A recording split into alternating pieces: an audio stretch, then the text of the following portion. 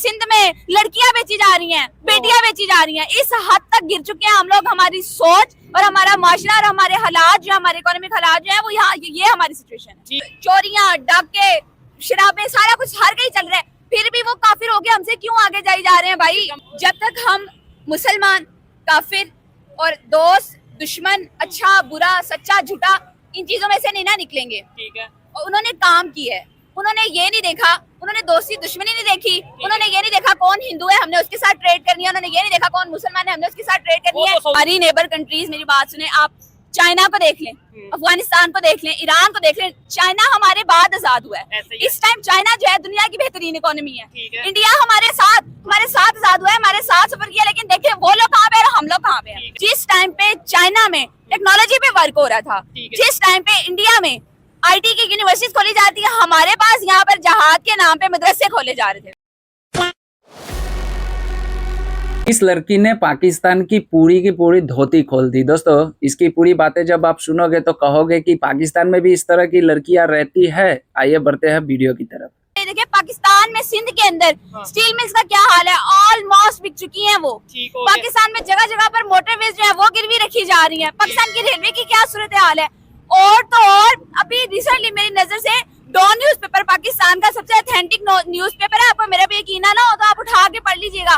उसमें ये न्यूज आई है कि पाकिस्तान में, सिंध में लड़कियां बेची जा रही हैं, बेटियां बेची जा रही हैं। इस हद तक गिर चुके हैं हम लोग, हमारी सोच और हमारा माशरा और हमारे हालात जो हमारे इकोनॉमिक हालात जो है वो यहाँ ये हमारी सिचुएशन है। ठीक है, और इसके जिम्मेदार आप क्या समझते हैं, इसके जिम्मेदार कौन है, और क्या आपको लगता है कि भाई ये पाकिस्तान की जो इस टाइम मौजूदा सूरत हाल है ये बेहतर, मतलब क्या आप इसके ऊपर कहना चाहेंगी? पाकिस्तान की सूरत हाल के ऊपर बात करें, कैसे करें? ठीक है, मुझे बताएं, हमारे पॉलिटिशियंस जो हैं उन्होंने अपने मफादात से कोई बाहर निकले तो बेहतरी की बात हो ना। यहाँ पे सही गलत की बहस में से, इस तकरार में से कोई बाहर नहीं निकलता, सच्चे झूठे की तकरार में से कोई बाहर नहीं निकलता। यहाँ पे एक पॉलिटिशियन दिखा दे जिसने अपना टाइम पीरियड पूरा किया हो। ठीक हो गया, प्राइम मिनिस्टर जिसने कोई टिकता नहीं है, कोई टिकता नहीं है, एक बंदा नहीं आता ऐसा जिसने अपना टाइम पीरियड पूरा किया। और फिर एक हुकूमत आती है, वो अपनी पॉलिसियां बना के जाती है, और ये हुकूमत आती है बजाय इसकी कि उन पॉलिसियों को कंप्लीट किया जाए, जो इनिशिएटिव्स उन्होंने लिए उनको कंप्लीट किया जाए। पीआईए की हिस्ट्री बहुत जबरदस्त है, आप उठा के पढ़े। इन लोगों में से भी अगर किसी को पता ना हो, पीआईए एक वक्त था जब पूरी दुनिया में मशहूर था, माना जाता था, बहुत अच्छी सर्विस थी। मैं बताती हूँ, मैं एक जगह पढ़ रही थी, अमेरिका के सदर की बीवी, उन्होंने एक दफा, जो कि अमेरिका की खातून अव्वल है ऑब्वियसली, उन्होंने सफर किया पीआईए में, और उसके बाद उनसे पूछा गया जब जहाज ने लैंड किया कि आपका सफर कैसा रहा, उन्होंने कहा ग्रेट पीपल टू फ्लाई, और यही पीआईए का लोगो बना था बाद में, यही लोगो बना था। और अब ये सूरत हाल है कि पाकिस्तान ने खुद, अमेरिका को छोड़े, आप इंडिया को छोड़े, बाकी ममालिक को छोड़े, पाकिस्तान ने खुद देखते हैं, उन्होंने ट्रैवल करना होना तो वो देखते हैं कि हमें पीआईए में सफर ना करना पड़ जाए। ठीक है, ये सर्विस का हाल है। एक टाइम पे गल्फ कंट्रीज, ठीक है, यूएई, अरब अमारात, हम सोचते हैं कि उनकी तरफ जो है एयरलाइंस को रन अप करने वाला पीआईए है। पीआईए की टीम ने उनकी टीम को ट्रेन किया, उनके पायलट्स को ट्रेन किया, उनकी एयरलाइंस को बकायदा उनका आगाज करने वाला, चलाने वाला पीआईए था। और अब ये सूरत हाल है कि कौड़ियों के भाव बिक रहा है, और वो भी इसको खरीदने को कोई तैयार नहीं है। आज से 5-10 साल पहले हम ये बात सुनते होते थे कि पाकिस्तान की अगर इकोनॉमी बेहतर ना हुई, पाकिस्तान में अगर इन्वेस्टमेंट ना आई तो पाकिस्तान के एसेट्स जो हैं वो बिक जाएंगे। ठीक है, और अब ये देखें, पाकिस्तान ने जो कीमत लगाई है ना इसकी, इन्होंने बोला है 85 बिलियन। ठीक है, एक आधा इन्वेस्टर इनको मिला है, एक आधा, और वो भी उन, अगर आप इन्वेस्टर्स, वो प्रॉपर्टी डीलिंग का उनका बिजनेस है। अब सूरत हाल ये आ गई है कि पीआईए को कौन खरीदेंगे, उनके प्रॉपर्टी डीलर्स खरीदेंगे। ठीक हो गया, और 5 बिलियन, खुदा का खौफ करें, शर्म करें, हया करें, बजाय इसके कि आपके मुल्क में जिस सेक्टर को डेवलपमेंट की जरूरत है, जिस सेक्टर पे काम करने की जरूरत है, यही हमारी हटरामी है। हमने काम नहीं करना। अगर यही सूरत हाल रही ना तो अल्लाह ना करे, वो वक्त भी दूर नहीं है। आज ये 10 बिलियन की, इस पर 10 या 5 बिलियन की बोली लग रही है ना, कल को हम खुद कबाड़ियों को बुला के कहेंगे भाई ये काट के बाहर का ढेर है, इसको उठा के ले जाओ, हमारे किसी काम का। ठीक हो गया। अच्छा, दूसरे कंट्रीज में भी क्या यही सिचुएशन है? अगर हम अपने नेबर कंट्रीज की बात करें, हमारी नेबर कंट्रीज, मेरी बात सुने आप, चाइना को देख लें, अफगानिस्तान को देख लें, ईरान को देख लें। चाइना हमारे बाद आजाद हुआ है, इस टाइम चाइना जो है दुनिया की बेहतरीन इकोनॉमी है। जिस टाइम पे आज हमारी हालत के जिम्मेदार, अब मैं इस पे क्या कहूँ, पॉलिटिशियंस हैं या हमारे मुल्ला हजरात हैं, या वो मुल्ला हजरात जिनको खुद पॉलिटिशियंस ने प्लॉट किया था, ठीक है, कुछ भी कह सकते हैं, खुद अपॉइंट किया था। जिस टाइम पे चाइना में टेक्नोलॉजी पे वर्क हो रहा था, जिस टाइम पे इंडिया में IT की यूनिवर्सिटीज खोली जाती है, हमारे पास यहाँ पर जहाद के नाम पे मदरसे खोले जा रहे थे। ठीक हो गया, ऐसे हो रहा था कि नहीं? ऐसा ही हो रहा था, बिल्कुल ठीक फरमा रही है। हम देखे ना अंकल जी, हमने अच्छा। जिसने जो बोया है उसने वही काटा है। उन्होंने टेक्नोलॉजी की, IT की, एजुकेशन की, रिसोर्सेज की खेती बोई थी, आज वो दुनिया में सबसे आगे हैं। उनके मुल्कों में डेवलपमेंट हो रही है। और हमारे इधर हमने जहाद के नाम पे तालिबान की खेती बोई थी। अब हर दूसरे दिन सुनने को मिलता है तालिबान ने इधर हमला कर दिया, उधर हमले कर दिया। हमारे ही जनरेट किए हुए हैं और अब हम अपना सर पीट रहे हैं। ठीक है। अच्छा बात पता क्या है, हम लोगों ने जगह जगह पंगे लिए हैं। अच्छा, कहाँ कहाँ पे? अफगानिस्तान है, अच्छा, इंडिया है। ठीक है। ना हम इंडिया से लड़ सकते हैं और ना इंडिया से नहीं, लड़ने की जरूरत ही नहीं मैं ना। एक बात कर रहा हूँ, अच्छा। जो इन्होंने असर दिया है, ठीक हम है। ये कर देंगे, वो कर देंगे, वो सामने कश्मीर लेके वो चला गया है, करना था ना फिर। अच्छा हाँ, ये भी एक पॉइंट है। लेना मतलब था जो ना हमें जो कश्मीर। चूरन बेचा हमें जाता है भी बेचा है इतनी कि भाई अरसे जी से। कश्मीर के लिए हाँ, ये भी तो फिर लेना था ना हासिल कश्मीर, अब वो सामने लेके चले गए हैं। ठीक है। अब तो उनके साथ अलकत वही है। ठीक है। इनकी बात बड़ी अच्छी मुझे लगी है। इन्होंने एक ये बात और बात की यही है है कि जिस इन्होंने। टाइम पे इंडिया में टेक्नोलॉजी, IT यूनिवर्सिटीज बन रही थी, हमारे इधर क्या हो रहा था? हमारे मसले मर रही थी और हमारे मौलवी तैयार हो रहे थे, जो जिन्होंने अफगानिस्तान या इधर उधर इंडिया को टच करने की जरूरत क्या थी? क्या थी? इसी बात से तो हम लोग नुकसान उठा नहीं रहे है, हैं। वो जरूरत ये थी ना, कश्मीर लेना था।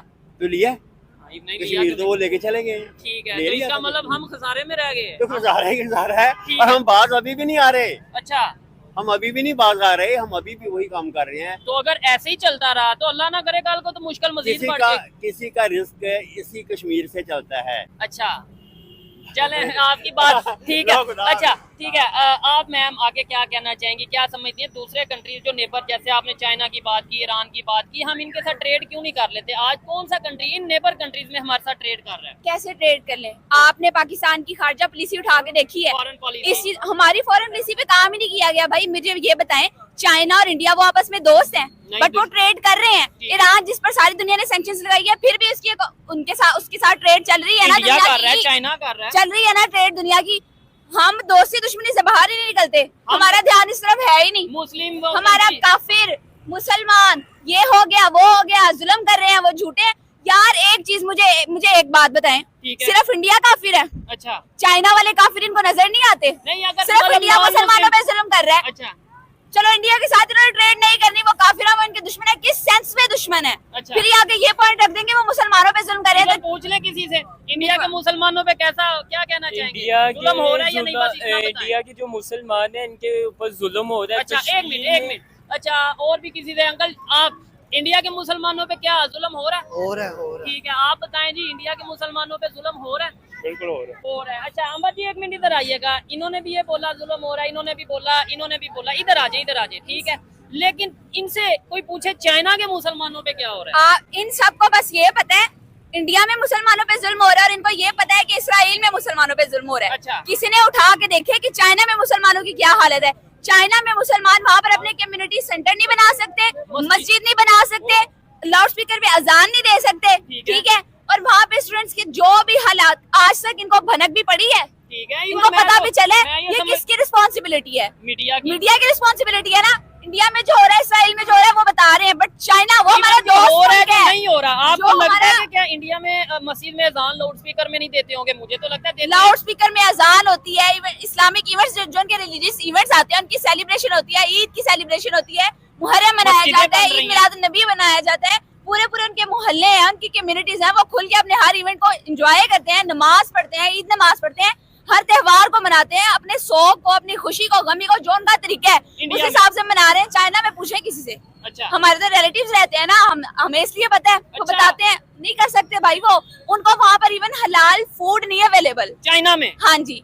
तो दोस्तों देखा आपने किस तरह से पाकिस्तान में बीच बाजार में खड़े होकर एक लड़की अपने सिस्टम को इस तरह से ललकार रही है। देखो पाकिस्तान में बहुत कम लोग होते हैं जो कि इस तरह से आकर बात करते हैं, नहीं तो बहुत सारे लोग हैं जो बात करना चाहते हैं लेकिन क्या होता है कि वो डरते हैं।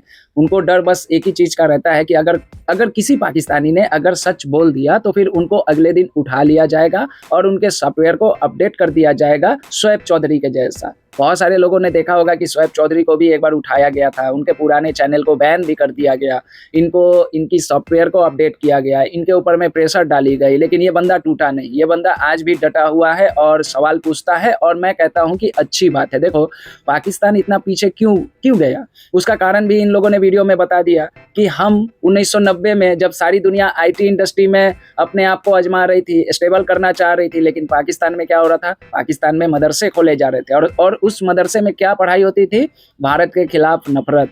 पाकिस्तान के मदरसों में दहशतगर्द पैदा किए जाते थे, और उन सभी को हिंदुस्तान के कश्मीर में भेजकर, हिंदुस्तान के कश्मीर ही नहीं बल्कि हिंदुस्तान के हर जगह पे जाकर, यहाँ तक कि ये सदर्न पार्ट ऑफ इंडिया के हैदराबाद, बेंगलोर को भी नहीं छोड़ा इन लोगों ने, वहाँ से एक्सपोर्ट करके इन लोगों ने हमें एकदम से अस्थिर करने की कोशिश की। लेकिन हम लोगों ने हार नहीं मानी, हम लोगों ने इनका जमकर मुकाबला किया, प्लस अपने शिक्षा और अपने शिक्षा नीति के ऊपर में कायम रहे। बेशक कुछ पाकिस्तानी है जो कि इस तरह की बातें करना चाहते हैं, कुछ पाकिस्तानी है जो बोलते भी हैं, बहुत सारे ऐसे पाकिस्तानी है जो कि उन लोगों ने सच बोला है। पाकिस्तान के जर्नलिस्ट जो कि पाकिस्तान छोड़ के केन्या में चले गए, दूसरे देशों में चले गए, लेकिन पाकिस्तान की आईएसआई, पाकिस्तान की जो सरकारी है, इदारे हैं, उन लोगों ने वहाँ पर भी जाकर उन पर हमले करवाए और उनको इस दुनिया में अब जीवित नहीं छोड़ा है। तो पाकिस्तान में बहुत कम लोग मिलते हैं। मैं इस लड़की को दाद देना चाहूँगा कि इस तरह की बात करती है। देखो सोच बदलोगे तो तरक्की होगी। जब तक भारत और हिंदुओं के खिलाफ नफरत रहेगा आपके पाकिस्तान में, कुछ नहीं होने वाला है। आज भी आप अगर पाकिस्तानियों से पूछो कि क्या आप हिंदुस्तान से नफरत करते हो, हिंदुओं से नफरत करते हो, सब कहेंगे हाँ, सब कहेंगे हाँ। यही सबसे बड़ा कारण है पाकिस्तान को नीचे जाने में। देखो मैं भी चाहता हूँ कि दोनों देशों के बीच में रिश्ते सुधरे, लेकिन एक तरफा नहीं। भारत 1947 से लेकर अभी तक पाकिस्तान के साथ में रिश्ते सुधारने की कोशिश की। हमारे पिछले गवर्नमेंट जो कि कांग्रेस की गवर्नमेंट थी, उसने एक भरसक प्रयास किया।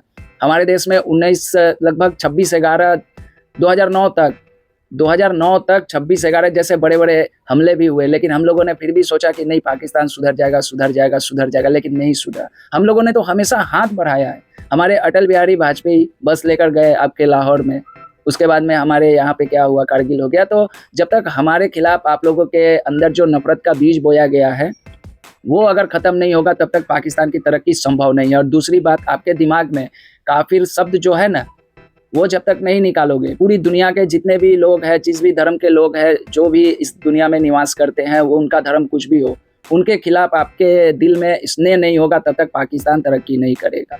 कभी भी कोई भी मुल्क एक तरफा किसी रिलीजन को लेकर वो तरक्की नहीं करता। आप देखो सऊदी अरब भी एक इस्लामिक कंट्री है, लेकिन वहाँ पे जो दूसरे धर्मों के लोग जाकर काम करते हैं, क्या आपने कभी सुना है कि सऊदी अरब में किसी गैर धर्म के लोगों को उनके धार्मिक उनकी मान्यता के अनुसार उनको तकलीफ दी गई है? बिल्कुल नहीं। आज देखो सऊदी अरब कहाँ पे है, आज यूएई को देखो कहाँ पे है, आज कतर को देखो। क्या पाकिस्तान उन लोगों से ज़्यादा धार्मिक है, उन लोगों से ज़्यादा इस्लाम को मानता है? नहीं। क्या कहना है दोस्तों, कमेंट करके जरूर बताइएगा। इस लड़की के लिए मैं ताली बजाना चाहूँगा और शोएब चौधरी के लिए भी, क्योंकि पाकिस्तान में रह के शोएब चौधरी काफ़ी कष्ट झेला है। इसके भी सॉफ्टवेयर अपडेट हुए, इसके ऊपर में प्रेशर डाले गए, इसके पुराने चैनल को बैन कर दिया गया, लेकिन फिर भी ये बंदा डटा हुआ है। क्या कहना है दोस्तों, कमेंट करके जरूर बताइएगा। जय हिंद, जय भारत, जय श्री राम।